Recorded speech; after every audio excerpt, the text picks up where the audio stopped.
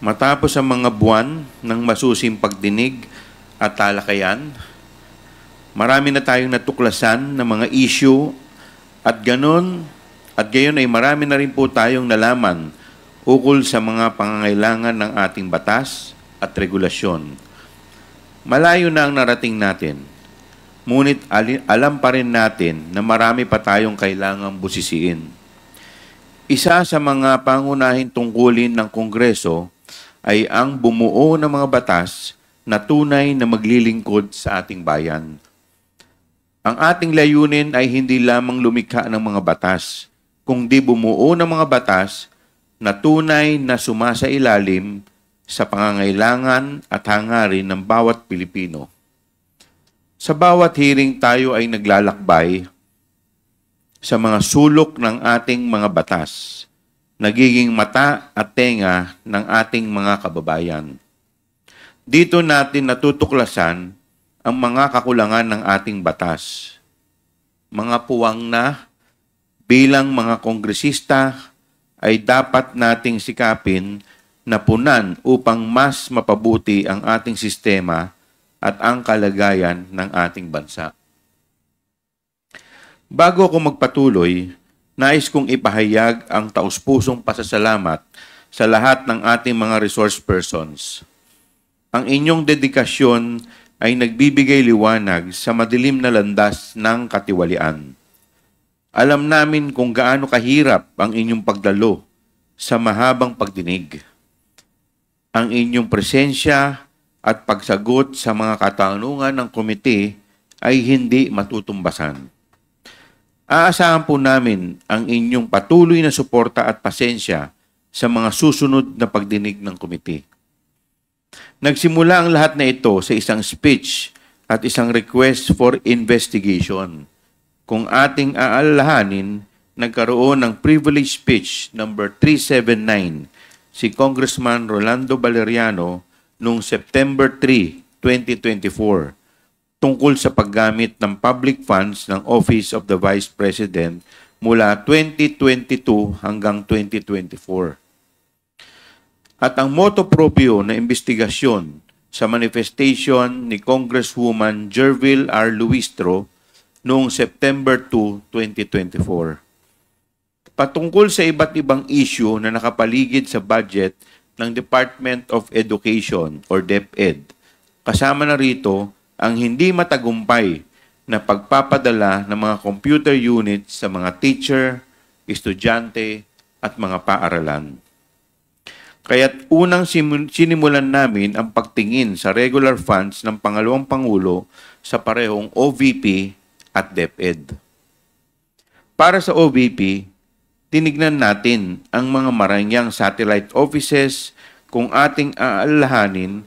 Nakakabahala na halos kalahati ng budget ng OVP para sa 2023 at 2024 ay napunta sa pagtatayo at pagpapanatili ng mga satellite offices nito sa buong bansa. Ang tanggapan ng Vice President Sara Duterte ay mayroon ding napakalaking budget na 2.3 billion noong taong 2023. At dahil sa mga hindi maipaliwanag na gastos, noong 2024 ay kinailangang bawasan ang budget ng kanyang opisina sa 733.2 million. Ngunit para sa taong 2025, muli siyang humiling na bigyan siya ng 2.37 billion pesos. Tungkol naman sa DepEd, sa panahon na siya ay secretary, lumitaw ang mga pulang bandila sa procurement ng mga laptop para sa DepEd computerization program tulad ng rig bidding at pagsasabuatan ng mga bidders. Siya rin ay hindi nakapaghatid ng laptop na nagkakahalaga ng 9 billion para sa mga programa ng e-learning ng DepEd na tila isang napakalaking pagkukulang sa panahon na lumalalang pangangailangan para sa mga kagamitan ng edukasyon.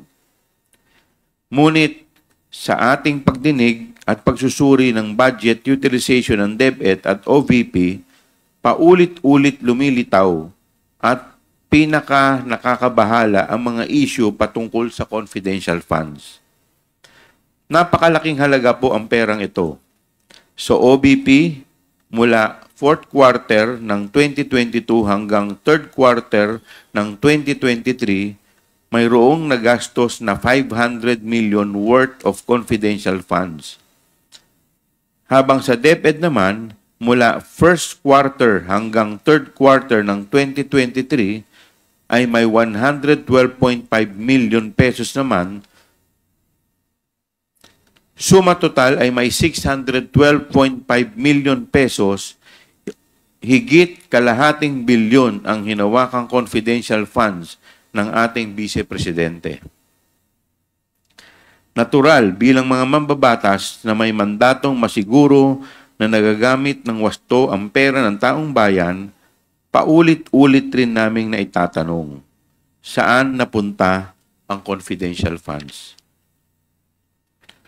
Sa ating pagsusuri, lumitaw ang mga sumusunod na kakulangan o gaps sa ating batas.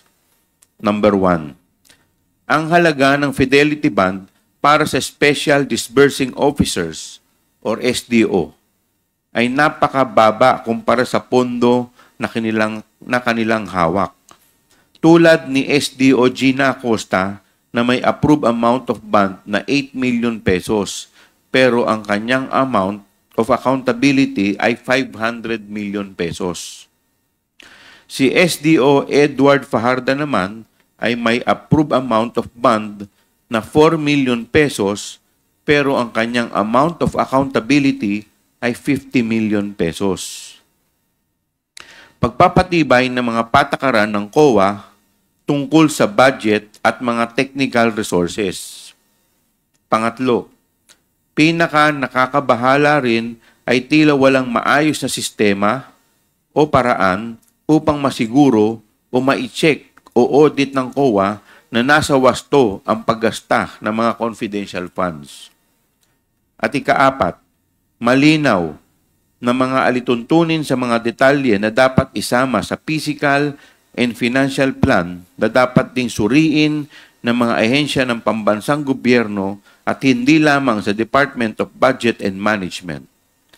Gayon din, ang kinakailangan ng pagsusumiti ng mas detalyadong ulat under oath ng mga accomplishment and liquidation reports kasabay na ang mga ebidensya ng accomplishment na ito.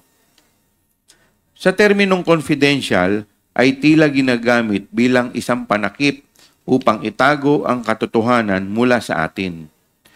Para sa kaalaman ng lahat, ang confidential funds ay hindi discretionary allowance o funds ng isang ahensya. Hindi siya secret funds. Siguro po, panahon na upang harapin natin ang katotohanan na hindi lahat ng mga nahalal o nalalagay sa posisyon sa gobyerno ay pwedeng basta-bastang pagkatiwalaan. Kailangan pa rin ng safeguards pati sa confidential funds sapagkat hindi maiiwasan na may mga nagtatangkang gamitin ang pagka-confidential nito upang itago ang impormasyon at pag-aabuso sa tiwala ng taong bayan. Ginagamit nila ang salitang confidential upang magbigay sa atin ng peking ilusyon na kahit ito'y lihim, ang mga pondo ay ginastos ng tama. Ngunit bakit kailangan pa itong itago sa mga taong tunay na nagpondo nito? Ang mamamayang Pilipino ay may karapatan malaman kung saan napunta ang kanilang pinaghirapang pera. Para sa akin, kapag nagamit na ang confidential funds para sa kanilang layunin, wala nang dahilan upang hindi maging bukas at maging transparent. Walang mawawala kung sila'y mag-uulat kung paano ginastos ang mga pondo dahil tapos na rin naman na yung confidential operations kung saan ito pinaggamitan. Sa ngayon, naghahanda na po kami ng 2 batas upang masolusyonan ang ilan sa mga pagkukulang na natuklasan natin. Una, an act regulating the allocation and utilization of confidential and intelligence funds imposing penalties for misuse, and Misappropriation o ang Confidential Intelligence Funds Act. Pangalawa, an act regulating special disbursing officers and imposing penalties for misappropriation o ang act regulating SDOs.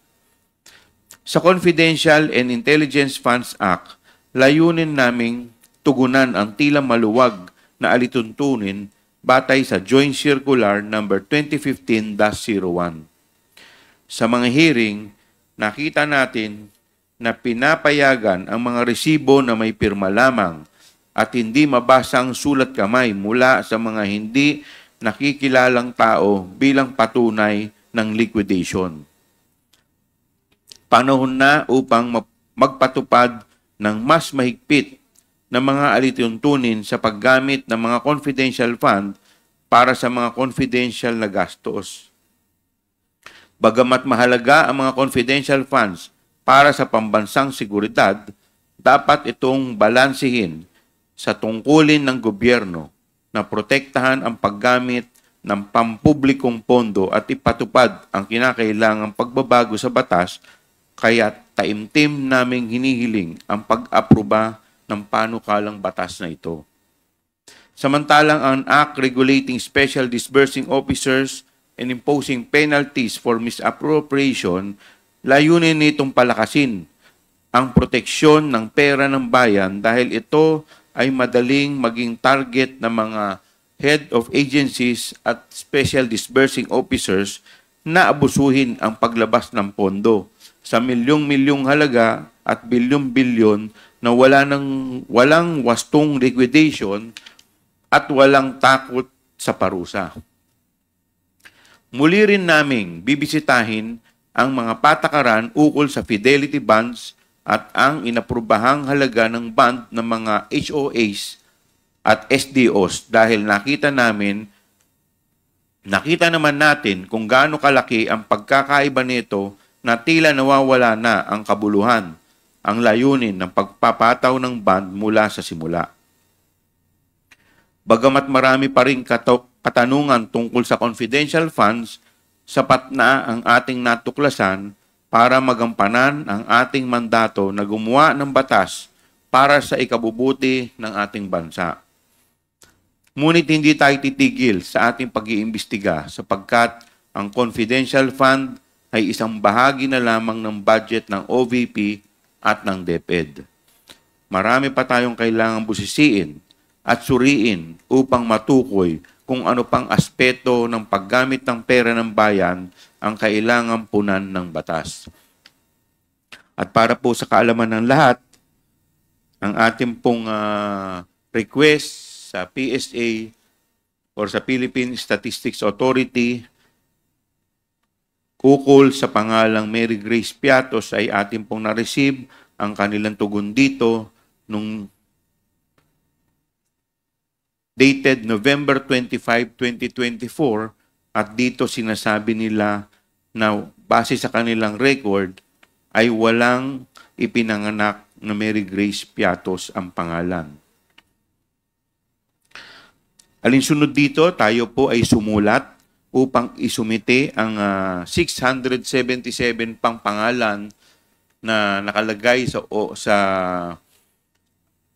acknowledgement receipt ng DepEd kung saan tayo po ay binigyan ng tugon ng Philippine Statistics Office dated December 8, 2024 at dito kanila pong sinasabi na out of 677 individuals, 405 ay walang birth certificate o walang record sa birth certificate o pwede nating sabihin na non-existent.